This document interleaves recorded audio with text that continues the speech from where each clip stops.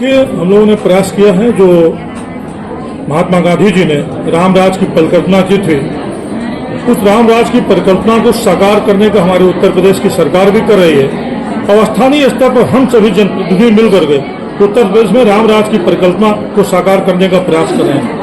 उसी की दिशा में आप देख रहे होंगे हमारी ऐतिहासिक पौराणिक विरासत को भी समृद्ध कर रहे हैं। हम भविष्य की नींव भी रख रहे हैं कि उत्तर प्रदेश को कैसे $1 ट्रिलियन की अर्थव्यवस्था हम बनाएंगे और युवाओं को कैसे रोजगार मिलेगा, हमारी माताएं बहनें कैसे सुरक्षित रहेंगी, उनका आर्थिक हित भी कैसे सुरक्षित होगा, हमारे किसान कैसे समृद्ध होंगे, युवा कैसे उद्यमी बनेंगे, इन सभी क्षेत्रों में हम लोग काम कर रहे हैं। उसी दिशा में आप सब लोग देख रहे हैं, पूरे प्रदेश में भी देख रहे हैं और बस्ती जनपद में भी देख रहे हैं। हमारे पास 5 इंटरनेशनल एयरपोर्ट है। पूरे देश का अकेला ऐसा राज्य है जिसके पास 5 इंटरनेशनल एयरपोर्ट है। पूरे देश का अकेला ऐसा राज्य है जिसमें गंगा एक्सप्रेसवे, जो पूरे देश का सबसे बड़ा एक्सप्रेसवे है, बनके तैयार हो रहा। बुंदेलखंड एक्सप्रेसवे बनके तैयार हो चुका है। पूर्वांचल एक्सप्रेसवे हमारा बनके तैयार हो गया है। हमारा गोरखपुर लिंक एक्सप्रेसवे बन करके तैयार हो रहा है। इन एक्सप्रेसवेज के किनारे किनारे इंडस्ट्रियल हब हम बना रहे हैं।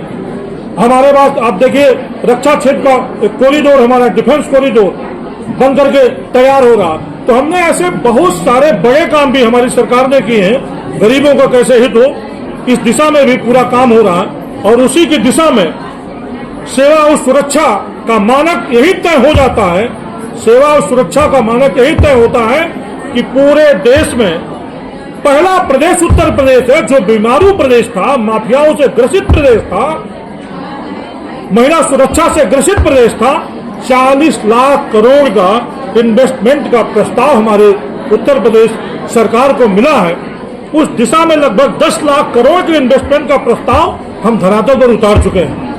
कितना 2017 के बाद?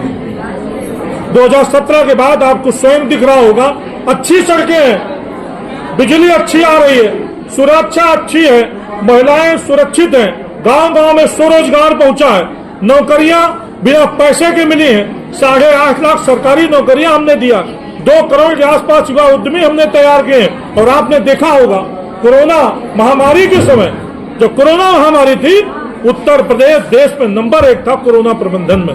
आज उत्तर प्रदेश जनधन खाते में देश में नंबर 1 है। स्वयं सहायता समूह की महिलाएं आज पूरे देश में उत्तर प्रदेश में नंबर 1 पर है। पूरे उत्तर प्रदेश में प्रधानमंत्री आवास योजना में हम नंबर 1 पर हैं। हम किसान सम्मान निधि के मामले में पूरे प्रदेश में नंबर 1 पर हैं। आयुष्मान भारत कार्ड के मामले में हम प्रदेश में नंबर 1 पर हैं। पूरे देश में सबसे ज्यादा प्राइमरी स्कूलों में एडमिशन में प्रदेश में नंबर 1 है। हमारे पास आज सभी स्कूल लगभग ऑपरेशन कायाकल्प के तहत सबकी बाउंड्री हो गई, सब में टाइल्स लग गया, पत्थर लग गया, दिव्यांग शौचालय भी बना है, बच्चों के लिए अलग शौचालय, बच्चों के अलग शौचालय बना है। तो इन सारे क्षेत्रों में हमारी सरकार ने प्रगति किया है और 1 ट्रिलियन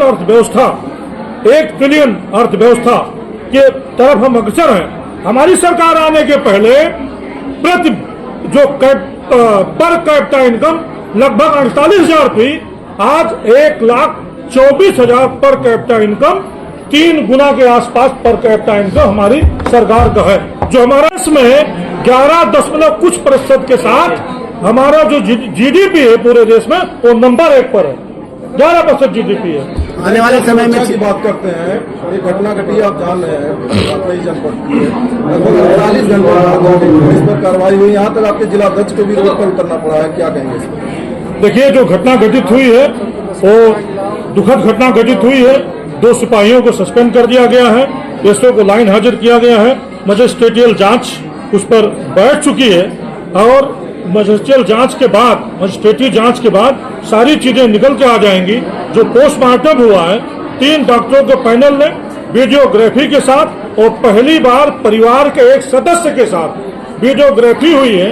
कोई चोट का निशान नहीं मिला है, कोई भी दोषी है उसको हम लोगों ने बख्शा नहीं और आगे भी मजिस्ट्रेटी जांच के बाद अगर कोई चीज होती है तो पूरी कार्रवाई होगी। आने वाले समय में आपके क्षेत्र में क्या काम बचा हुआ जिसको आप पूरा करेंगे जी?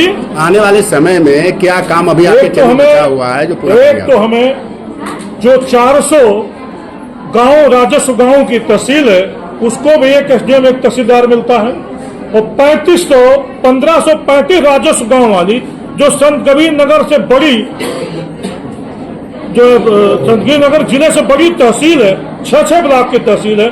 पहले तो मैं सरकार से प्रयास कर रहा हूं कि हमको हमारी जनता को ये सुविधा मिले कि कम से कम इसमें 2 तहसील हो जाए। दूसरा, बस्ती को वशिष्ठ नगर बस्ती बनाने का मैं पूरा प्रयास कर रहा हूं।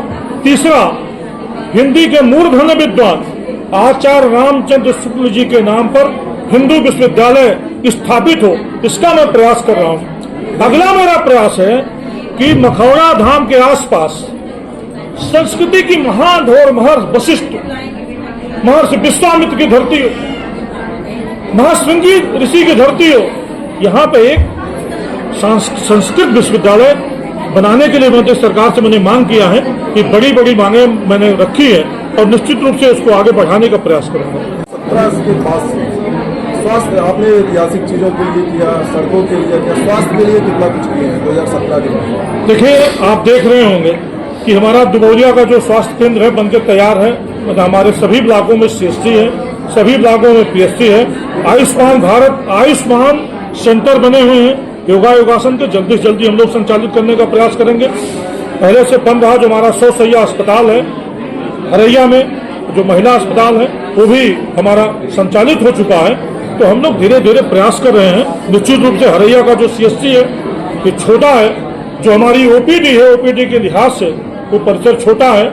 नया अस्पताल भी बनाने का हम प्रयास करेंगे।